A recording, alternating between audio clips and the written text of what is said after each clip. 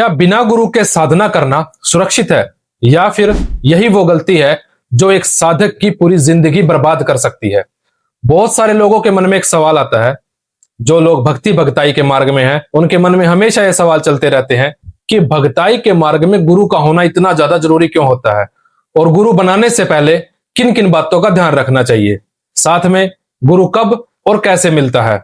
तो आज मैं आपको इस वीडियो के माध्यम से इन्हीं सब चीजों के बारे में जानकारी दूंगा, और साथ में ये भी बताऊंगा कि जब तक आप गुरु नहीं बनाते तब तक आपको अपने देवी देवताओं की सेवा कैसे करनी है, और गुरु परिवर्तन कब होता है।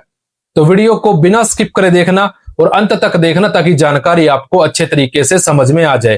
क्योंकि अगर आपने एक भी बात मिस कर दी तो आप अपने मार्ग से भटक भी सकते हैं। जय श्री महाकाल भक्तों, हर हर शिवाय। शिवाय दरबार चैनल में आप सभी का स्वागत है। तो सबसे पहले बात करते हैं कि गुरु जरूरी क्यों होता है। देखिए, बिना गुरु आप भक्ति तो कर सकते हैं लेकिन भगताई नहीं कर सकते। यानी कि भक्ति में आप गुरु बनाओ या ना बनाओ वो आपकी मर्जी है, लेकिन भगताई के मार्ग में आपको गुरु की जरूरत पड़ेगी ही पड़ेगी। और बहुत सारे लोगों के मन में यह सवाल भी आता है कि क्या बिना गुरु बनाए भगताई के मार्ग में आ सकते हैं, क्या इस मार्ग में सफल हो सकते हैं। देखिए, मैं आपको साफ एक बात कहना चाहूंगा कि देखिए, ऐसा जरूरी नहीं है कि भगताई के मार्ग में आने के लिए आपको गुरु की जरूरत पड़ेगी। आप बिना गुरु के भी भगताई के मार्ग में आ सकते हैं, देवी देवताओं की सवारी प्राप्त कर सकते हैं, उनकी सेवा करके उनकी कृपा प्राप्त कर सकते हैं। लेकिन बिना गुरु के आप सिर्फ आधा अधूरा रास्ता ही तय कर सकते हैं। भगताई के मार्ग में सफलता प्राप्त करने के लिए, कामयाब होने के लिए आपको गुरु की जरूरत पड़ेगी ही पड़ेगी। और जो लोग बिना गुरु के इस मार्ग में आते हैं वह एक ना एक दिन ऐसी चीजों में फंस जाते हैं, ऐसे हालातों में फंस जाते हैं जहां से निकल पाना उनके लिए बहुत ज्यादा मुश्किल होता है। और यह चीज मैंने आपको पहले भी काफी बार बताई है कि जब एक साधक साधना करने के लिए बैठता है तो उसके पास सकारात्मक शक्तियों के साथ साथ नकारात्मक शक्तियां भी बहुत ज्यादा आती है। और जब एक साधक बिना गुरु के साधना करता है तो उसको सकारात्मक शक्तियों में और नकारात्मक शक्तियों में फर्क ही नहीं पता चलता। और कई बार क्या होता है कि नकारात्मक शक्तियां उस साधक के शरीर में प्रवेश कर जाती हैं, और जब उस साधक के शरीर में नकारात्मक शक्ति प्रवेश कर जाती है तो वह उस साधक का और उसके घर परिवार का सर्वनाश कर देती है। काफी बार क्या होता है कि वह नकारात्मक शक्तियां देवी देवताओं का स्वरूप लेकर उस भगत के शीश पर आकर, यानी कि उस साधक के शीश पर आकर खेलना शुरू कर देती है सवारी के स्वरूप में। और हमेशा वह स्वयं को देवी देवताओं की सवारी ही बताती है, और उस साधक को इस चीज के बारे में ज्यादा ज्ञान नहीं होता कि कौन सी देवी देवताओं की सवारी है और कौन सी नकारात्मक शक्तियों की सवारी है। तो वह क्या करता है, जैसे जैसे वह नकारात्मक शक्ति उस साधक को कुछ भी करने के लिए बोलती है वह साधक करता रहता है, और वह नकारात्मक शक्तियां उस साधक से, उसके घर वालों से उल्टे सीधे काम करवाती रहती है, बार बार बलि मांगती रहती है। तो इसीलिए मैं आपको यही कहना चाहूंगा कि अगर आप इस मार्ग में सफल होना चाहते हैं, भगत बनना चाहते हैं, तो आपको गुरु बनाने की जरूरत पड़ेगी। बिना गुरु के आप इस मार्ग में कभी भी सफल नहीं हो पाएंगे। अब बात करते हैं कि गुरु किसको बनाना चाहिए और गुरु बनाने से पहले किन किन बातों का ध्यान रखना चाहिए। एक चीज हमेशा याद रखना भक्तों, गुरु का चयन आपकी जिंदगी का सबसे बड़ा निर्णय होता है। देखिए, आज के समय में सच्चा गुरु मिलना बहुत ज्यादा मुश्किल होता है, और एक चीज हमेशा याद रखना, गुरु एक बार ही बनता है। बहुत सारे ऐसे लोग हैं जो गुरु बनाते समय बहुत सारी गलतियां करते हैं। जब वह किसी भगत के पास जाते हैं जो दरबार लगाता है, चौकी लगाता है, लोगों के संकटों की काट करता है, उसके पास बहुत सारे लोग आते हैं अपना इलाज करवाने के लिए, तो वह लोग उस भगत की इन चीजों को देखकर ही उसे गुरु बना लेते हैं, यानी कि जल्दबाजी में गुरु बना लेते हैं, और यहीं पर वह लोग बहुत बड़ी गलती कर बैठते हैं। देखिए, गुरु का चयन करना आपके लिए बहुत बड़ी चीज होती है, और अगर आप जल्दबाजी में गुरु बना लेते हैं, लोगों की प्रशंसा सुनकर उनको बिना परखे अगर आप गुरु बना लेते हैं, तो ये आपकी पूरी जिंदगी को खराब कर सकता है। देखिए, जब एक गुरु अपने शिष्य को शिक्षा दीक्षा देता है, अपना शिष्य बनाता है, तो साफ सी बात है वह अपने शिष्य की परीक्षाएं लेता है, तब कहीं जाकर ही उसको शिक्षा दीक्षा देता है। अब आप यह चीज स्वयं सोचकर देखिए, जब एक गुरु को अपने शिष्य की परीक्षा लेने का हक है, तो क्या आपको गुरु का चयन करने से पहले उनकी परीक्षा लेने का हक नहीं है? यानी मेरा कहने का अर्थ है कि जब आप किसी व्यक्ति को गुरु बनाते हैं तो पहले यह चीज देखिए कि क्या वह व्यक्ति आपका मार्गदर्शन कर पाएगा, आपके लिए टाइम निकाल पाएगा, आपको शिक्षा दीक्षा दे पाएगा, यानी कि आपकी समस्याओं का समाधान कर पाएगा या नहीं। मान लीजिए आप जल्दबाजी में किसी को गुरु बना लेते हैं और वह व्यक्ति आपके लिए टाइम ही नहीं निकाल पाएगा, आपकी समस्याओं का समाधान ही नहीं कर पाएगा, तो उसको गुरु बनाने का क्या फायदा। सबसे पहले तो आप जिस व्यक्ति को गुरु बनाना चाहते हो उसके पास जाओ और शुरुआत में आपको जाते ही उस व्यक्ति को यह नहीं बोलना कि मैं आपका शिष्य बनना चाहता हूं, आपसे शिक्षा दीक्षा लेना चाहता हूं। आप उस व्यक्ति के पास एक बार जाओ, 2 बार जाओ, 3 बार जाओ, जब तक आपको अंदर से संतुष्टि नहीं मिल जाती, यानी कि जब तक आपको अंदर से वो चीज ही महसूस नहीं होगी कि ये व्यक्ति मेरा गुरु बन सकता है नहीं, तब तक आपको उस व्यक्ति को गुरु नहीं बनाना। यानी कि जब आपके अंदर वो भाव जागृत हो जाएगा कि हाँ ये व्यक्ति मेरा गुरु बन सकता है, मेरा मार्गदर्शन कर सकता है, तभी आपको उस व्यक्ति को गुरु बनाना है। यानी कि गुरु बनाने से पहले आपको उस व्यक्ति को परखना है, सारी चीजें समझकर ही गुरु बनाना है। सच्चे गुरु की पहचान यही होती है कि वह हर वक्त आपके साथ होते हैं, आपकी सारी समस्याएं समझते हैं, आपकी समस्याओं का समाधान करते हैं। लेकिन देखिए, मैं यहां पर आपकी पर्सनल चीजों की बात नहीं कर रहा।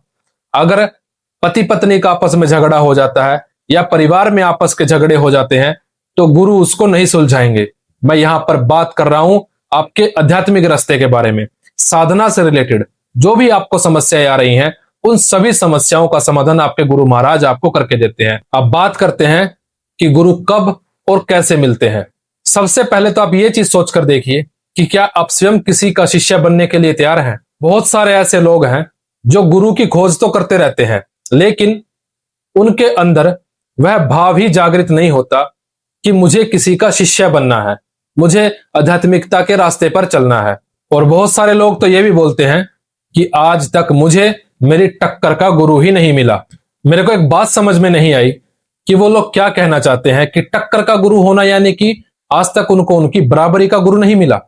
मैं आपको यही कहना चाहूंगा कि जिस व्यक्ति के अंदर यह भाव आ जाता है कि मुझे टक्कर का गुरु नहीं मिल रहा, मेरी बराबरी का गुरु मुझे नहीं मिल रहा, तो इतना समझ लेना उस व्यक्ति के अंदर से शिष्य बनने का भाव और गुरु बनाने का भाव खत्म हो जाता है। क्योंकि जब आपके अंदर यह भाव आ जाता है कि मुझे मेरे लेवल का गुरु नहीं मिल रहा, तो यह आपका अहंकार है। और जब तक आपके अंदर यह अहंकार रहेगा तब तक आपको गुरु की प्राप्ति कभी भी नहीं होगी। और रही बात गुरु बनाने की, तो आप स्वयं सोचिए, क्या प्रभु श्री राम को गुरु बनाने की जरूरत नहीं पड़ी थी? क्या भगवान कृष्ण जी को गुरु बनाने की जरूरत नहीं पड़ी थी? या फिर महायोगी शिव गुरु गोरक्षनाथ जी को गुरु की जरूरत नहीं पड़ी थी? अगर उनको गुरु की जरूरत पड़ सकती है, वो अपने गुरु महाराज के सानिध्य में रहकर चल सकते हैं, तो क्या आप उनसे भी बड़े हो गए? तो जिस दिन आपके अंदर से ये अहंकार खत्म हो जाएगा, जिस दिन आपके अंदर एक शिष्य बनने का भाव जागृत हो जाएगा, उस दिन आपको आपके गुरु महाराज अपने आप ही मिल जाएंगे। और सबसे बड़ी बात, गुरु हमेशा कर्मों से मिलता है। अब बात करते हैं कि जब तक आपको गुरु नहीं मिलता तब तक आपको अपने देवी देवताओं की सेवा, अपने देवी देवताओं की भक्ति कैसे करनी है। देखिए, अगर आप भगताई के मार्ग में आना चाहते हैं तो आपको शुरुआत में जब आपको गुरु नहीं मिलता तो आप अपने देवी देवताओं को गुरु बनाइए, अपने इष्ट को गुरु बनाइए, और जो उनका मंत्र है आप उसे ही अपना गुरु मंत्र मानकर चलिए। आपको हाथ में जल लेकर संकल्प लेना है और अपने देवी देवताओं से आपको प्रार्थना करनी है कि मैं आज से आपको गुरु मानता हूं और आपके सानिध्य में रहकर ही मंत्र जाप करूंगा, मेरे देवी देवताओं की पूजा करूंगा, भक्ति करूंगा, जब तक कि मुझे देहधारी गुरु नहीं मिल जाता। और ऐसा नहीं है कि जब आप देवी देवताओं को गुरु मान लेते हैं तो आप शाबर मंत्रों की साधनाएं कर लेंगे, देवी देवताओं के उग्र स्वरूप की साधनाएं कर लेंगे। आपको यह गलती भूल कर भी नहीं करनी। जब आप देवी देवताओं को गुरु मानकर चलते हैं तो आप सिर्फ देवी देवताओं के सौम्य स्वरूप की पूजा कर सकते हैं, देवी देवताओं के वैदिक मंत्रों का ही आप जाप कर सकते हैं। और जिस दिन आपका भक्ति का स्तर बढ़ जाता है, जिस दिन आपके देवी देवताओं को लगता है कि आप शिष्य बनने के लायक हो चुके हैं, तब वह आपको आपके देहधारी गुरु तक पहुंचा देते हैं। अब बात करते हैं उस गलती की जो बहुत सारे लोग बार बार करते रहते हैं, यानी कि गुरु परिवर्तन। आपको क्या लगता है कि गुरु परिवर्तन कब होता है? बहुत सारे ऐसे लोग हैं जो जल्दबाजी में गुरु बना लेते हैं और जब उनके गुरु महाराज उनको टाइम नहीं दे पाते तो वह फिर गुरु परिवर्तन करने लग जाते हैं। और ऐसा नहीं है कि एक बार गुरु बना लिया तो दूसरा गुरु उनको सही मिल जाता है, दूसरी बार भी वह जल्दबाजी कर देते हैं और गलत गुरु का चयन कर लेते हैं। असल मायने में गुरु परिवर्तन क्या होता है? देखिए, अगर आप अपने मार्ग पर सही चल रहे हैं, आप बिल्कुल सही हैं और आपके गुरु महाराज आपका मार्गदर्शन नहीं कर रहे, आपका साथ नहीं दे रहे, तो ही आप गुरु परिवर्तन कर सकते हैं। लेकिन अगर आप अपने गुरु महाराज के आदेश का पालन नहीं करते, आपके गुरु महाराज सही हैं और आप गलत हैं, और फिर आप गुरु परिवर्तन करते हैं, तो ऐसे गुरु परिवर्तन करने का आपको कोई भी फायदा नहीं होगा। आपको दोबारा से वापस आपके गुरु के पास जाना ही पड़ेगा। तो अगर आपको लगता है कि आप सही हैं, सही मार्ग पर हैं, आपके गुरु महाराज गलत हैं, तो ही आप गुरु परिवर्तन करेंगे, तो ही आपका फायदा होगा। तो भक्तों, आप इन बातों को समझने की कोशिश कीजिए। अगर आपने इन बातों को समझ लिया तो आपका मार्ग बिल्कुल स्पष्ट हो जाएगा। और अगर आपको यह जानकारी वैल्यूएबल लगी हो तो वीडियो को लाइक जरूर करें, और ऐसे ही गहरे और सच्चे ज्ञान के लिए शिवाय दरबार चैनल को सब्सक्राइब जरूर करें। बेल आइकन जरूर दबाएं ताकि आने वाली सभी वीडियो आपको सबसे पहले प्राप्त हो सके। मिलते हैं अब अगली वीडियो में, तब तक के लिए जय श्री महाकाल भक्तों, हर हर शिवाय।